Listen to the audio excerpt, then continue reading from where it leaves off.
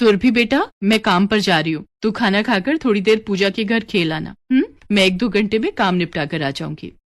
माँ, आज पूजा भी अपने घर पर नहीं है, वो अपनी मम्मी के साथ अपनी नानी के घर गई है। अच्छा, फिर तू अकेली घर पर क्या करेगी? तेरे पापा भी देर से आएंगे। एक काम कर, तू मेरे साथ ही चल ले, वहाँ चलकर बैठ जाना, तब तक मैं काम निपटा लूंगी। ठीक है माँ, रुको, मैं अपनी गुड़िया लेकर आती हूँ, मैं इसके साथ खेल लूंगी। सुरभि की माँ ममता घरों में झाड़ू पोछे का काम करती थी। उसका पति सुरेश एक कारखाने में काम करता था। बड़ी मुश्किल से ममता और सुरेश घर चला रहे थे। ममता की मालकिन सुलोचना बहुत खड़ूस और घमंडी थी। वो गरीब लोगों को तुच्छ समझती थी, इसलिए वो अपने घर के सभी नौकरों से अच्छा व्यवहार नहीं रख पाती थी। क्या बात है ममता, ये तू अपनी बेटी को साथ क्यों ले आई है? तुझे पता है ना, घर में महंगा सामान इधर उधर रखा रहता है। इसने कुछ तोड़ दिया तो कौन पैसे भरेगा? नहीं मालकिन, ये कुछ भी नहीं छिड़ेगी। सुरभि बेटा, जा वहाँ सामने जाकर बैठ जा। ए रुक, तेरा दिमाग खराब है? गंदे धूल भरे उसके पैर हैं, मेरा नया कालीन गंदा करवाना है क्या? जा वहाँ सीढ़ियों पर जाकर बैठ। सुरभि सीढ़ियों पर जाकर बैठ जाती है। ममता काम करने लगती है। अगले 2-3 दिन ममता सुरभि को अपने साथ ही काम पर ले जाती है, क्योंकि उसके पड़ोस में रहने वाली उसकी सहेली घर पर नहीं थी। नहीं तो सुरभि कुछ देर उसके साथ रह लेती थी। एक दिन ममता सुरभि को लेकर जब अपने साथ गई, उस दिन रविवार का दिन था और सुलोचना के बच्चे घर पर थे। पापा, मेरे लिए ज्यादा चीज वाला ऑर्डर करना। पापा, मेरे लिए भी एक्स्ट्रा चीज वाला। सुनो, एक मशरूम वाला भी मंगवा लेना, मुझे मशरूम पिज्जा बहुत पसंद है। और आज आपको पता है, रोटी बनाने वाली भी नहीं आई है और मेरी बिल्कुल हिम्मत नहीं है कि मैं रसोई में जाऊं और कुछ बनाऊं। ठीक है, तो फिर दोपहर का खाना रहने दो, हम पिज्जा ही खा लेंगे। मैं 4 पिज्जा ऑर्डर कर देता हूँ। वाह, आज मैं पूरा पिज्जा खाने वाली हूँ। सुलोचना का पति ऑर्डर कर देता है। कुछ देर बाद डिलीवरी बॉय पिज्जा दे जाता है। प्रिया, बंटी, मैंने अपना और पापा का पिज्जा ले लिया है, मैं अपने रूम में जा रही हूँ। तुम दोनों भी अपना पिज्जा लेकर अपने रूम में चले जाना। ओके बेटा? और तू यहाँ नजर लगा क्यों खड़ी है? कुछ खाने के लिए मंगाओ तो तुम लोगों की नजरें इधर ही रहती हैं। रसोई की स्लैब पर बच्चों के पिज्जा रखे हैं, हाथ मत लगा देना। मालकिन, रसोई में पोछा लगाना रह गया है, बस वही लगा रही हूँ।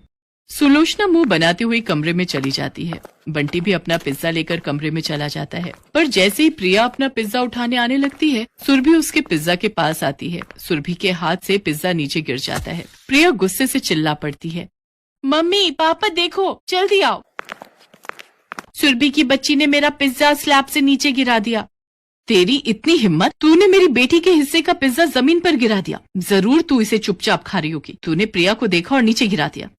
सुलोचना के थप्पड़ मारने से सुरभि रोने लगती है। मालकिन, मेरी बच्ची को मत मारो, जरूर कोई बात है, नहीं तो मेरी सुरभि ऐसा कभी नहीं करेगी। और क्या बात हो सकती है? तुम गरीबों ने कभी पिज्जा खाया भी है? इतना महंगा आता है पिज्जा, एक भी पिज्जा नहीं खाया होगा, तभी नजरें गड़ाए हमारे पिज्जा को देख रही थी।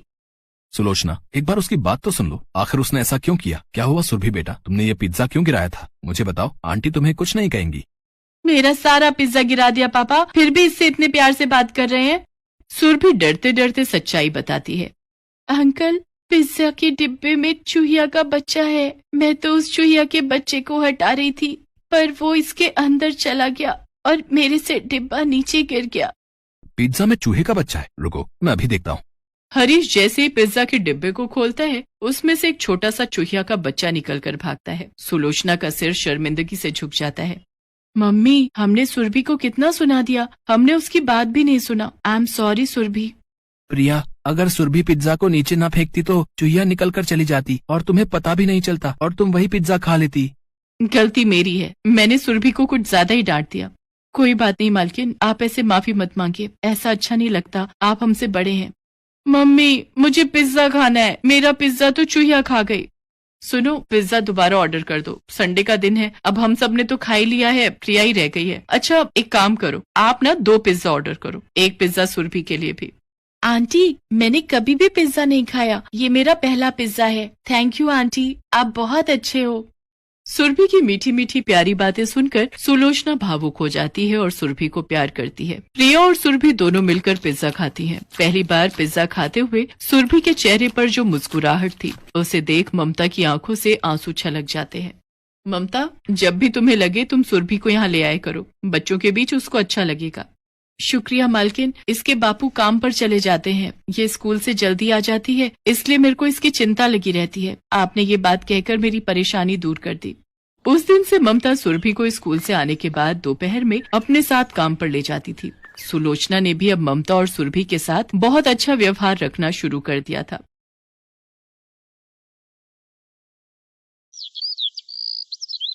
रामगढ़ गांव में सुधा अपने बेटे के साथ बहुत ही खुशी से रह रही थी।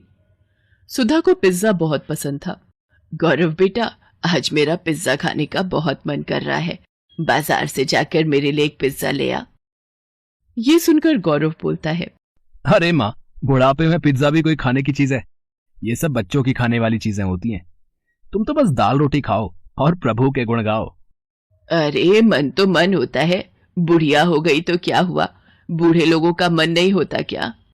अच्छा ठीक है, ले आऊंगा पिज्जा तुम्हारे लिए। तुम तो गुस्सा हो गई, मैं तो बस मजाक कर रहा था। गौरव अपनी माँ के लिए पिज्जा लेने चला जाता है। कुछ देर बाद गौरव पिज्जा लेकर आता है और दोनों मिलकर मजे से पिज्जा खाते हैं। एक दिन गौरव अपने ऑफिस से घर आ रहा था, तभी रास्ते में उसे एक पिज्जा की शॉप दिखती है और वो सोचता है, आज माँ के लिए पिज्जा ले जाता हूँ, इसे देखकर वो बहुत खुश हो जाएंगी। इतना सोचने के बाद गौरव पिज्जा लेने चला जाता है और पिज्जा लेकर घर की तरफ निकल पड़ता है। तभी रास्ते में एक कार से उसका एक्सीडेंट हो जाता है। बहुत देर हो जाने पर जब गौरव घर नहीं पहुंचता तो उसकी माँ चिंता में उसे फोन लगाती है, पर गौरव का फोन नहीं लगता। कुछ समय बाद सुधा को एक अनजान नंबर से फोन आता है और गौरव के मरने की खबर मिलती है। ये खबर सुनते ही सुधा के पैरों तले जमीन खिसक जाती है और वो फूट फूट कर रोने लगी और कहती है,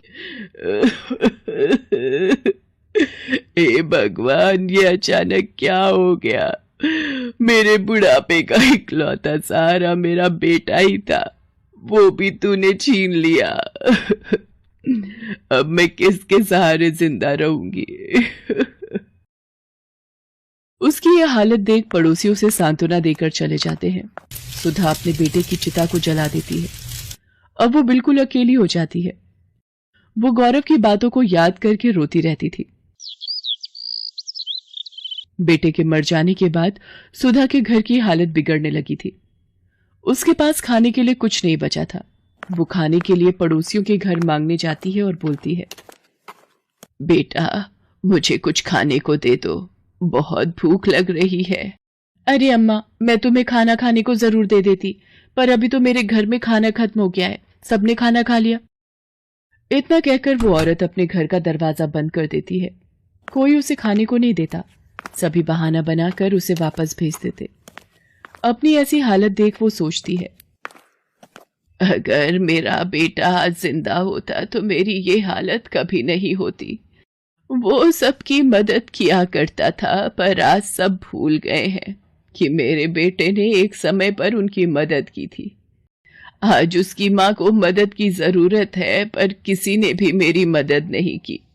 तभी वहां से एक औरत गुजरती है और सुधा को यूं रोता देख पूछती है, क्या हुआ बहन, तुम रो क्यों रही हो? सुधा रोते रोते उस औरत को अपना सारा दुख बताती है। क्या बताऊं बहन, मेरे बेटे के मरने के बाद मुझ बेसहारा का इस दुनिया में अब कोई नहीं है। अकेले मैं इस दुनिया में कैसे जीऊंगी? मेरे पास खाने के लिए पैसे नहीं हैं। सुधा की कहानी सुनने के बाद वो औरत सुधा से कहती है, ऐसे हिम्मत हारने से कुछ नहीं होगा, खाने के लिए कमाई का कोई जरिया ढूंढना ही पड़ेगा। आजकल तो खाने पीने की इतनी सारी चीजें आ गई हैं और उन्हें बनाना भी आसान हो गया है। जो भी तुम्हें पसंद हो, जो भी तुम्हें आता हो, उसे बनाकर बेचने लगो। इतना बोलकर वो औरत वहां से चली जाती है। सुधा अब सोचती है कि वो ऐसा क्या काम करे। अचानक उसे पिज्जा का ख्याल आता है और वो बोलती है, क्यों ना मैं पिज्जा बनाकर बेचूं, इससे कुछ पैसे भी घर में आ जाएंगे। सुधा के पास अपने कुछ जेवर रखे होते हैं, उन्हें बेचकर वो अपने घर के आगे पिज्जा का एक छोटा सा ठेला खोलती है और पिज्जा बनाकर बेचने लगती है। धीरे धीरे उसका बनाया पिज्जा पूरे गांव में मशहूर हो जाता है और सुधा अब एक बड़ी दुकान खोल लेती है। धीरे धीरे उसकी दुकान बढ़िया चलने लगती है और वो अमीर बन जाती है। एक दिन उसकी दुकान पर एक छोटा बच्चा आता है और उससे खाना मांगता है। अम्मा, मुझे कुछ खाने को मिलेगा क्या? मैं बहुत भूखा हूँ, मुझे भूख लग रही है। बेटा, तुम्हारे माता पिता कहाँ हैं?